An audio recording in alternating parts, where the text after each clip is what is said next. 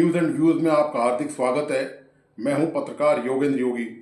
दोस्तों, जब चुनाव हुए विधानसभा के अभी 1.5 साल पहले करीब, तब आपने यह सोचकर वोट दिया होगा। ख़ास तौर से मैं कांग्रेस और भाजपा की बात कर रहा हूं, और दूसरे निर्दलीय या दूसरे दलों के विधायक भी इसमें शामिल हैं, राजनीतिक दल उसमें शामिल हैं। तो आपने शायद यह समझ के वोट दिया होगा कि जिसको हम वोट दे रहे हैं ये हमारे इलाके की समस्याओं या हमारे जो ज़िले की समस्या, हमारे क्षेत्र की समस्या या राजस्थान की यदि कोई बड़ी समस्या है तो उसके लिए ये आवाज़ बुलंद करेंगे। और आवाज़ बुलंद करने का जो सबसे बड़ा जो मंच है, जो प्रांगण है सबसे बड़ा, वो है राजस्थान विधानसभा। तो वहाँ पर उस मुद्दे को उठाएंगे, सरकार के सामने उस मुद्दे को रखेंगे और आपकी समस्या का समाधान का गंभीरता से प्रयास करेंगे। आपने यही सोचकर मतदान किया होगा, और यही वजह है कि जो राजस्थान में भारतीय जनता पार्टी के प्रति लोगों ने ज़्यादा आस्था दिखाई और पार्टी बहुमत लाने में कामयाब रही, और पिछले 1.5 पौने 2 साल से करीब भाजपा की सरकार राजस्थान में चल रही है। अभी मानसून सत्र खत्म हुआ है, कुछ दिनों पहले ही, 2-4 दिन पहले ही मानसून सत्र का आगाज हुआ। तो मानसून में ये जरूरी है, विधानसभा की कार्रवाई साल में 3 या 4 सत्रों में चले, तो उसी के तहत मानसून सत्र चला और विधानसभा की कार्रवाई चली। लेकिन हुआ क्या? आपकी आवाज़ उठाई गई? क्या आपने जिन विधायकों को चुनकर भेजा है उन्होंने क्या ईमानदारी से विधानसभा में सरकार के समक्ष अपने क्षेत्र की समस्या, अपने ज़िले की समस्या या अपने राज्य की समस्या उन्होंने रखी? क्या इसकी जानकारी आपको है?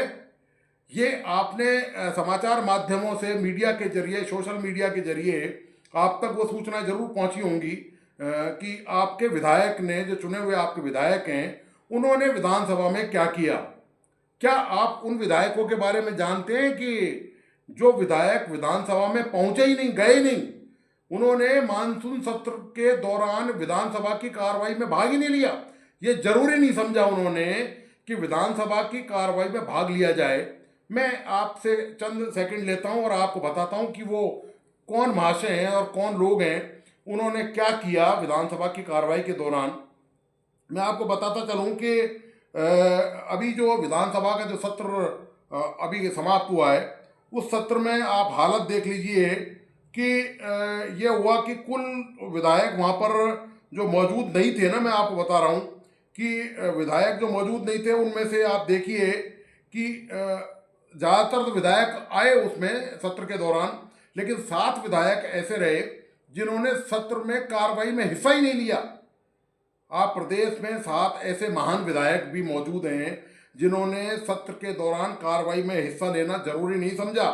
और आश्चर्य की बात यह है कि जो विधानसभा में जो कांग्रेस अध्यक्ष हैं प्रदेश के, और जो विधायक भी हैं गोविंद सिंह डोटासरा, उन्होंने जो प्रश्न लगाए वो प्रश्न लगाकर गायब हो गए, वो वहाँ पर नजर नहीं आए। सवाल तो उन्होंने लगाए, फिर दूसरे विधायकों ने उनके एवज में वो सवाल वहाँ पर पूछे।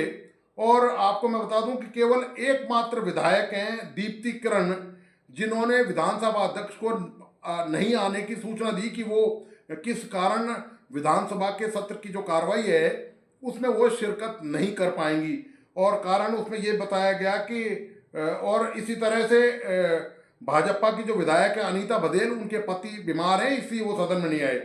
लेकिन जो दूसरे विधायक जो नहीं आए, आश्चर्य की बात यह है कि ऐसे वक्त पर जब राजस्थान में मानसून पूरे जोरों पर था, राजस्थान के 1 दर्जन जिलों में बाढ़ के हालात थे, किसान जो है उनकी फसलें खराब हो चुकी हैं, और पूरे प्रदेश में बिजली का संकट है, अतिवृष्टि का जो मामला है वो आपके सामने चल ही रहा है कि किस तरह किसानों को कहीं पर खाद की समस्या आ रही है, कहीं बीज की समस्या आ रही है। और इस तरह से स्थानीय स्तर पर आप देखें तो जिलों में या विधानसभा क्षेत्रों में आपराधिक वारदातें होती हैं। तो इन मुद्दों पर सरकार से सवाल जवाब किए जा सकते थे, लेकिन 7 विधायकों ने ये जरूरी नहीं समझा कि वो वहां पर जाएं और सदन की कार्रवाई में शिरकत करके सरकार की नींद में खलल डालें, सरकार को मजबूर करें कि उनके इलाके में, उनके विधानसभा क्षेत्र में, उनके जिले में ये जो इस तरह की जो तमाम समस्याएं हैं उनका वहाँ पर समाधान किया जाए। और आप हालत देखिए कि विधायक, माननीय जो विधायक हैं, आप देखिए कि आपने उनको चुन के भेजा है और वो क्या कर रहे हैं, ये मैं आपको एक तस्वीर, एक प्रगति रिपोर्ट उनकी बताना चाह रहा हूँ। ये माननीय विधायक हैं बयाना की, ये बयाना की विधायक हैं रितु बानावत। ये रितु बानावत जो है ये एक दिन विधानसभा में आई केवल, और उसके बाद ये सैर सपाटे के लिए नेपाल चली गई। आप ये देखिए कि बयाना जैसा कृषि जो क्षेत्र है जिसमें किसानों की फसलें तबाह हो चुकी हैं, वहाँ डेवलपमेंट, किसाना जो बयाना है वो भरतपुर जिले में पड़ता है और पिछड़े हुए क्षेत्रों में माना जाता है। राजस्थान के यदि आप 10-5 जो पिछड़े, अति पिछड़े जो क्षेत्र हैं उनमें बयाना भी शामिल है।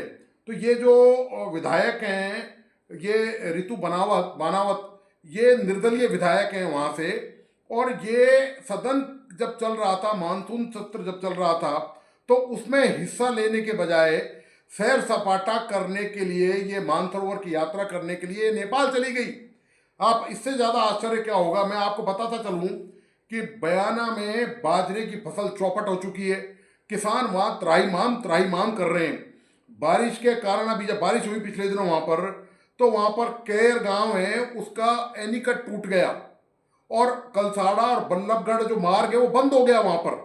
आप देखिए बयाना में, और इसके अलावा बयाना के जो अड्डा को पंचायत मुख्यालय बनाने की मांग को लेकर लोगों ने धरना प्रदर्शन किया, ठीक है।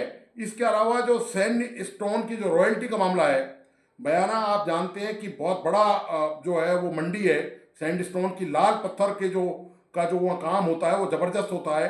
पूरे प्रदेश में, देश में यहाँ से लाल पत्थर के बने हुए सामान, लाल पत्थर का यहाँ से भेजा जाता है। तो वहाँ पर उस करीब इस बयाना में, अकेले बयाना में करीब 50,000 लोग इस काम से जुड़े हुए हैं। सरकार ने इसकी रॉयल्टी दर बढ़ा दी और इन 50,000 लोगों की आजीविका पर संकट आ गया, संकट इन पर आ गया। विधानसभा, हालांकि सरकार ने वो रॉयल्टी कम कर दी। इसी तरह मैं आपको बता दूं भ्रष्टाचार का बयाना में क्या हाल है। बयाना में एक एंटी करप्शन ब्यूरो ने जलदाय विभाग के एएन को 2 लाख रुपए की रिश्वत देते हुए पकड़ा। ठेकेदारों से बिल पास कराने के लिए एएन रिश्वत मांग रहा था, एंटी करप्शन ने गिरफ्तार कर लिया। तो ये हालत है बयाना की कि बयाना में इन मुद्दों को, और बयाना में अपराध लगातार हो रहे हैं। ये भी मैं आपको बताता चलूँ, वो छोटे मोटे अपराध हैं, बड़े अपराध भी हैं। एक वहाँ ज्वेलर के यहाँ पर जो है वो उसके साथ लूट हो गई, ज्वेलर के साथ बड़ा वहाँ धरना प्रदर्शन इस बात को लेकर हुआ। ये जो है ज्वेलर के लूट के मामला और अन्य अपराध भी वहाँ पर लगातार हो रहे हैं। तो विधानसभा का जो मंच होता है वो इसलिए होता है कि आप सरकार को बताएं जाकर, सत्तारूढ़ दल को आप बताएं जाकर, और उनको आप मजबूर करें कि ये जो समस्याएं हैं जो मैंने आपको बताई हैं, ये जो समस्याएं हैं, इन समस्याओं का सरकार आश्वासन दे, सरकार इनका समाधान करे। और वो जो माननीय इनके अलावा जो रितु बनावत के अलावा और जो विधायक नहीं आए, वो भी उन जनता मतदाता उनसे भी सवाल जवाब कर रहे हैं। उनको भी पूछें कि आपको हमने चुन के भेजा है और हमारी जो क्षेत्र की समस्याओं को विधानसभा में उठाने के बजाय आप 7 दिनों तक, 10 दिनों तक कहाँ लापता रहे। कम से कम ये सवाल जवाब किया जाना चाहिए। पूरे प्रदेश में जहाँ बारिश के कारण अतिवृष्टि का दौर है, ये राजनीतिक दल, आप देखिए इनकी हालत क्या है नेताओं की। और एक और बात मैं आपको बताता चलूँ, माननीय जो बड़े नेता हैं, बहुत बड़े आदमकद नेता राजस्थान के, ये माननीय है पूर्व मुख्यमंत्री अशोक गहलोत और पूर्व मुख्यमंत्री वसुंधरा राजे, ये टहलते हुए विधानसभा में आए। आप देखिए, खास बात, बाहर ये क्या बयानबाजी करते हैं, हर रोज आपको सोशल मीडिया पर ये एक्टिव नजर आएंगे, लेकिन जब हाउस चल रहा था, विधानसभा चल रही थी, वहां पर इनका क्या रोल था, इनकी क्या भूमिका रही, ये वहां पर सदन में एक बार भी नहीं आए। वहां पर सदन के परिसर में ये मौजूद थे, लेकिन सदन की जब कार्रवाई कर रही थी तो इन्होंने ये जरूरी नहीं समझा कि राजस्थान का कोई भी इशू जो है सोशल मीडिया के माध्यम से उठाते हैं वो विधानसभा में उठाया जाए। आपको याद होगा कि वसुंधरा राजे झालावाड़ में पानी परियोजना को लेकर बहुत बुरी तरह नाराज हुई थी। वो मुद्दा उठा सकती थी, लेकिन वो वहां पर रही, सदन में मौजूद रही, परिसर में। इसी तरह अशोक गहलोत वहां मौजूद रहे, लेकिन उन्होंने सदन की कार्रवाई में भाग नहीं लिया। तो ये दोस्तों आलम है नेताओं का। और अभी क्या कर रहे हैं, अब आप देखिए, वो अभी इनमें जो है वो बाहर, जो विधानसभा से बाहर जो क्या चल रहा है ड्रामा, वो मैं आपको बताता चलूं कि जबरदस्त मतलब ऐसी भाषा का उपयोग कर रहे हैं आपस में जिसकी कोई हद नहीं है। वो कैमरे लगाने का जो विवाद है, पहले तो वो विधानसभा में चलता रहा और उसके बाद वो सड़कों पर आ गया है, और सड़कों पर भी इस तरह आ गया है कि एक दूसरे के कपड़े फाड़ने पर उतारे हुए हैं, और महिलाओं की जो गरिमा है उन तक आंच आ रही है इस मुद्दे को लेकर कि डोटासरा ने जो आरोप लगाए हैं कि कैमरे किसके लिए लगाए गए, क्या अध्यक्ष देखना चाहते हैं, हमारी विधायकों को देखना चाहते हैं, उनके बैठने के तरीकों को, उन पर निगरानी रखना चाहते हैं, ये इस तरह की टिप्पणी जब की तो निश्चित तौर पर इसका जवाब तो आना ही था। तो भारतीय जनता पार्टी की तरफ से भी इसका जवाब आया। जवाब भी ऐसा ही आना था कि ये इनकी मानसिकता है, ये इनकी परंपरा है। और एक माननीय विधायक ने तो कह दिया कि ये विधानसभा में जब धरना प्रदर्शन कांग्रेस ने किया तो वो क्या वहां पर उन्होंने कुकर्म किया। मतलब इस तरह की भाषा का आप ये देखिए इस्तेमाल सदन में लोगों के मुद्दे उठाने के बजाय। मैं आपको बताता चलूं, लगे आते एक बात याद आ गई मुझे। राजस्थान में जो जगह निकली है 50,000 चतुर्थ श्रेणी कर्मचारी की, 25 लाख फार्म भरे गए दोस्तों, 25 लाख फार्म कांस्टेबल की भर्ती परीक्षा में। एक पर 10-10, 15-15, 20-20, 50-50 कैंडिडेट दावेदार हैं। ये राजस्थान में बेरोजगारी का आलम है। आप देखिए इन मुद्दों पर चर्चा करने के बजाय आप किस तरह की चर्चाएं कर रहे हैं और कैसे सदन से आप गायब हैं। ये माननीय प्रतिनिधि हैं हमारे, इनको आपके खून पसीने की गाड़ी कमाई से वेतन मिलता है, भत्ता मिलता है, असिस्टेंट मिलते हैं, मकान मिलता है, टेलीफोन मिलता है, वाहन मिलता है, तमाम तरह की सुख सुविधाएं, नल बिजली के बिल इनके माफ हैं, तमाम तरह की सुख सुविधाएं ये भोगते हैं।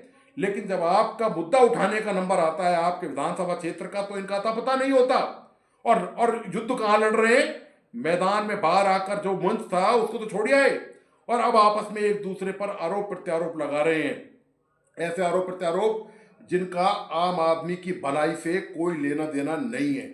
सरकार तो दोस्तों चाहती है कि इस तरह से मामला टल जाए, किसी भी तरह से विधानसभा का सत्र फटाफट फटाफट खत्म हो जाए ताकि सवाल को के जवाब नहीं देने पड़े और सरकार को कटघरे में खड़े नहीं किया जा सके। हर सरकार की ये कोशिश रहती है, चाहे वो सरकार भारतीय जनता पार्टी की हो, चाहे सरकार कभी कांग्रेस की रही हो, वो विधानसभा की कार्रवाई भी ये चाहते हैं कि संक्षेप में चले, कम से कम चले, ज़्यादा नहीं चले, कम सवाल पूछे जाएं। तो सरकार के लिए ये जो माननीय विधायक हैं, जिनमें 2 माननीय वरिष्ठ नेता भी शामिल हैं, सरकार के लिए रास्ता आसान कर दिया। बहुत आसान है कि सरकार आसानी से इन मुद्दों को लेकर जो जवाब देना चाहिए था उससे सरकार बच निकली। ये दोस्तों राजस्थान में आपके चुने प्रतिनिधियों का रिपोर्ट कार्ड है। संक्षिप्त है लेकिन मैंने आपके सामने रखने का प्रयास किया है। तो दोस्तों आपको आज का ये विश्लेषण कैसा लगा, प्लीज़ अपने लाइक एंड कमेंट के साथ बताइए। इस वीडियो को अपने दोस्त और परिजनों को अवश्य शेयर करें। मेरा उन तमाम दोस्तों से आग्रह है कि जिन मित्रों ने इस YouTube चैनल को सब्सक्राइब नहीं किया है प्लीज़ सब्सक्राइब करें, लाइक करें और बेल आइकॉन का बटन प्लीज़ ज़रूर दबाइए। धन्यवाद। नमस्कार।